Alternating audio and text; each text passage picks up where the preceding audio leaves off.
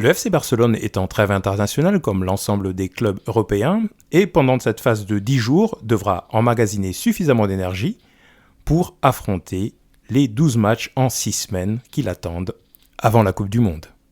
On en parle tout de suite.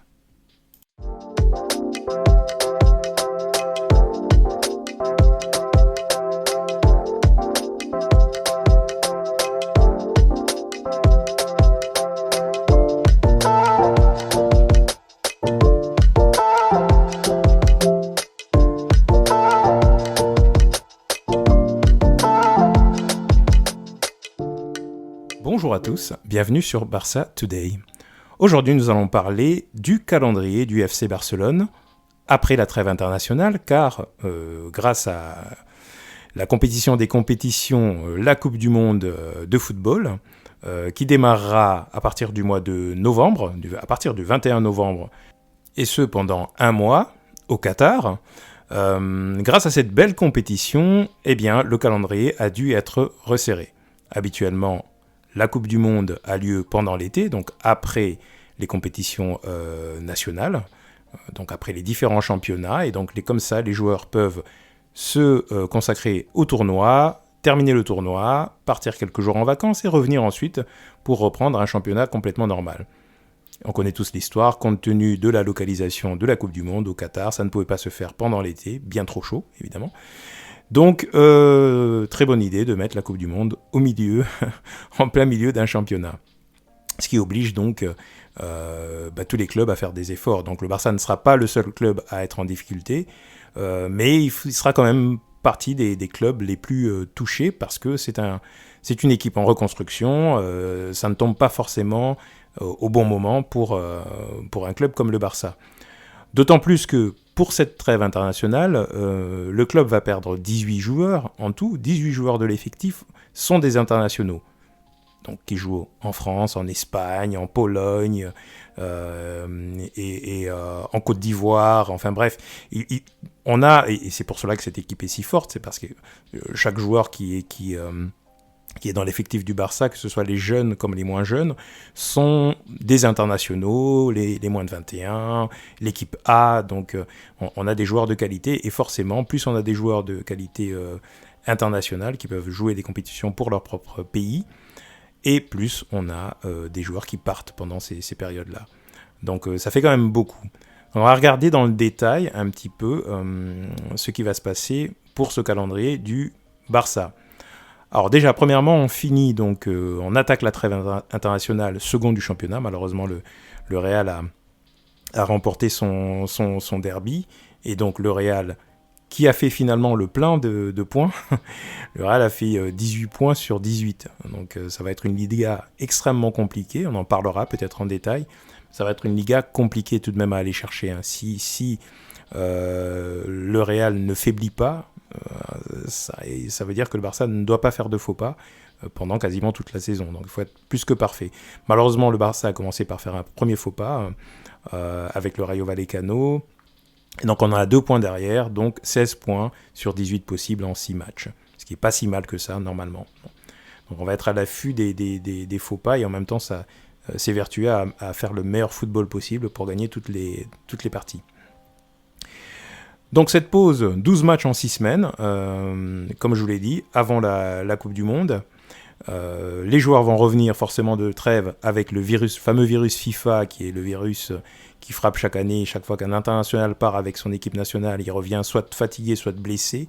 Donc on va croiser les doigts, prier encore une fois pour que ça ne se passe pas comme ça, pour que chaque joueur du Barça puisse revenir en pleine forme. Imaginons qu'on ait un effectif complet. En même temps, c'est pour ça que Xavi a souhaité une profondeur de banc plus importante que les années précédentes. Donc ça va aider, on a chaque poste est doublé, on devrait pouvoir tenir un minimum.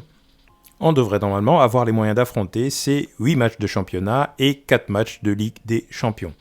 Donc on démarre tout de suite. Donc avec le retour de la trêve, on affronte donc Majorque à l'extérieur le 1er octobre.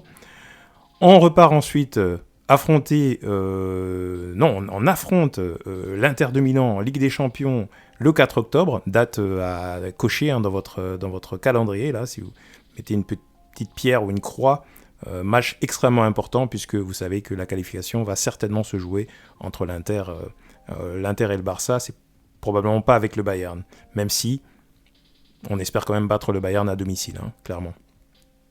Alors, ensuite, deux matchs à domicile, ce qui est très bien. Donc, le 9 octobre et le 12 octobre, on affronte le Celta Vigo et le retour de la Ligue des Champions avec l'Inter de Milan, et c'est très bien. Vous voyez, un match tous les 3-4 jours. C'est extrêmement serré. D'où l'importance aussi pour Xavi de faire en sorte que tous les joueurs soient concernés. On s'est rendu compte depuis peu là, que ce n'était pas forcément le cas, notamment des vétérans, là, que ce soit Jordi Alba ou Piqué, on ne sait pas quel est leur niveau de motivation, donc ça, on en parlera à un autre moment aussi, mais tous les joueurs doivent être impliqués parce que, à mon avis, ça va tourner beaucoup et tous les joueurs vont devoir défendre le maillot pour permettre à ce que le Barça remporte un maximum de points. 16 octobre, ensuite, le Classico, à Madrid, déplacement à Madrid, date importante également, à cocher. Et ensuite, à domicile, donc, match contre Villarreal le 19 octobre. Au mois d'octobre, on continue, puisque c'est pas terminé.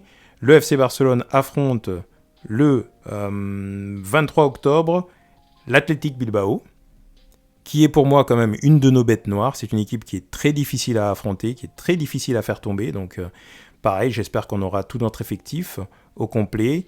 Et là, à peine quelques jours après, 3 jours après, déplacement du Bayern au Camp Nou pour, j'espère, la revanche. Donc match de Ligue des Champions, de manière à pouvoir comme ça, si possible, si on n'a pas fait le plein contre l'Inter de Milan, peut-être essayer de grappiller des points contre le Bayern de Munich. On a à peine le temps de se reposer puisque on se déplace à Valence le 30 octobre. Donc je vous ai dit un calendrier extrêmement chargé. Mois de novembre, dernier match de Ligue des Champions pour cette phase de poule, donc contre le Viktoria Pilsen, 1er novembre, donc à Pilsen. Un déplacement long et puis qui va encore une fois éprouver les organismes.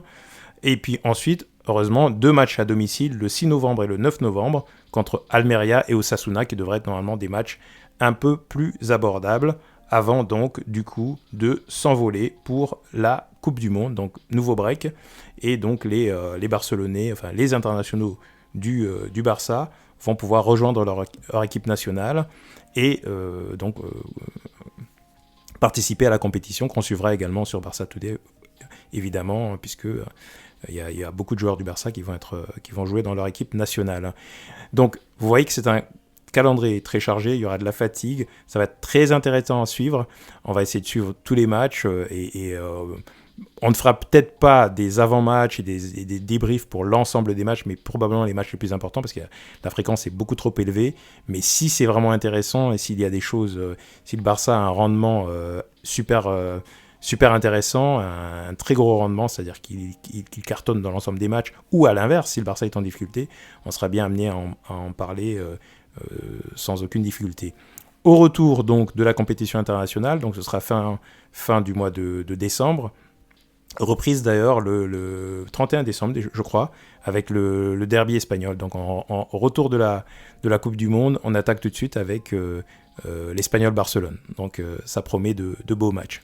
Donc voilà, donc conservez bien cette vidéo, parce que vous pourrez vous y référer quand vous le souhaitez.